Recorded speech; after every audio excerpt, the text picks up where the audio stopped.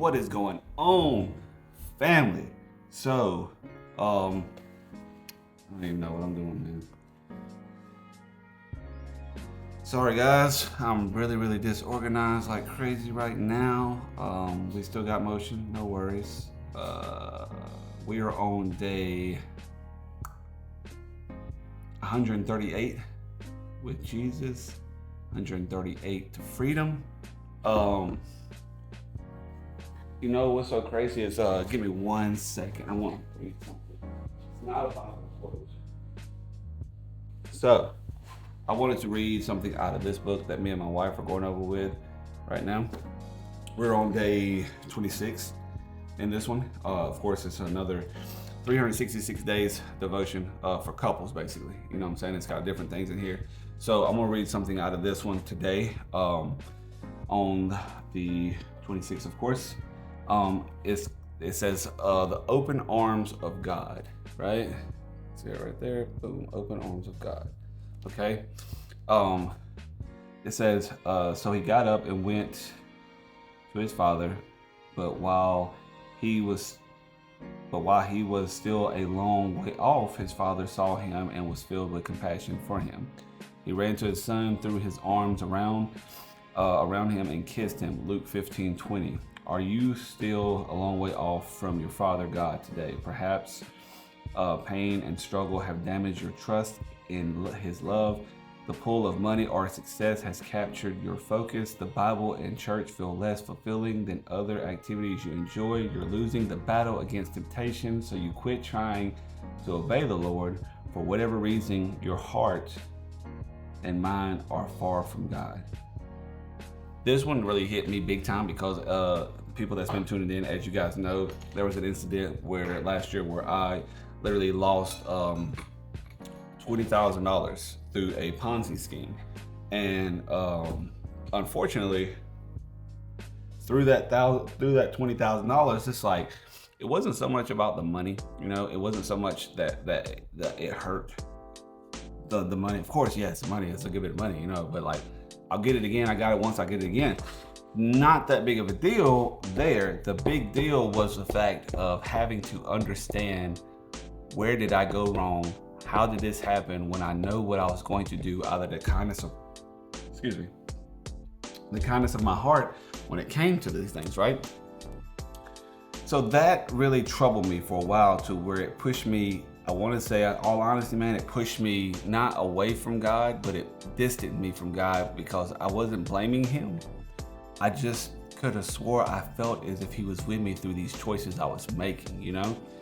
And it sort of just put me into this isolation mode where I was just like, just kind of just fed up with myself, you know what I'm saying? And it just made me cut off, like, I don't know, just made me cut off the fact of, like, I don't know, I don't even know how to put it. It's like, that's something that I feel like once I understand more, I'll be able to talk more, right? But the next sentence is what got me in this one that me and my wife read today, was, don't believe the enemy's lie that God has given up on you. That right there definitely clicked my way big time, because once I made that mistake, I was just like in this kind of like this, in this little zone where I was just like, man, I screwed up, bro. There ain't no way I'm ever going to get to where I'm going. I'm ever going to do this. But what's so crazy is, like, I've had these moments, I feel like, where God has been with me in certain moments recently, where he's been trying his best to pull me and show me, like, son, you didn't mess up.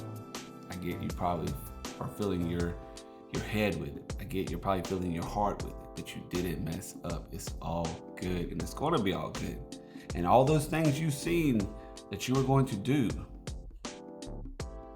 with the profits that you were going to make from this investment, you're still going to do those things.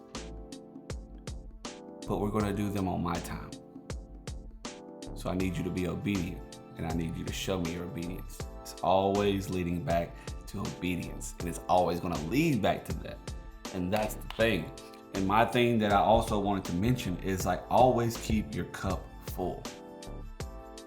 Your body is the cup, right? Keep your cup full.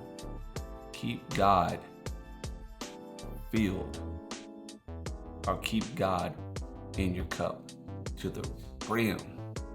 Because as soon as you let that cup have a little bit of space for something else, if you're not overflowing worship, praise, His word, giving Him time, sin, temptation, something's going to start with that little bit that you have.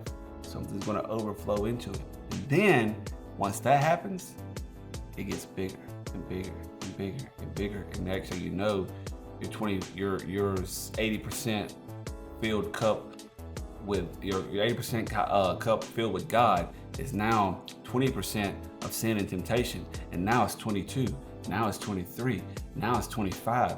Now it's 30. Now it's 35. Because you're not overflowing it with the word and the things that you need to overflow it with. These are just some scenarios and things that I witnessed myself,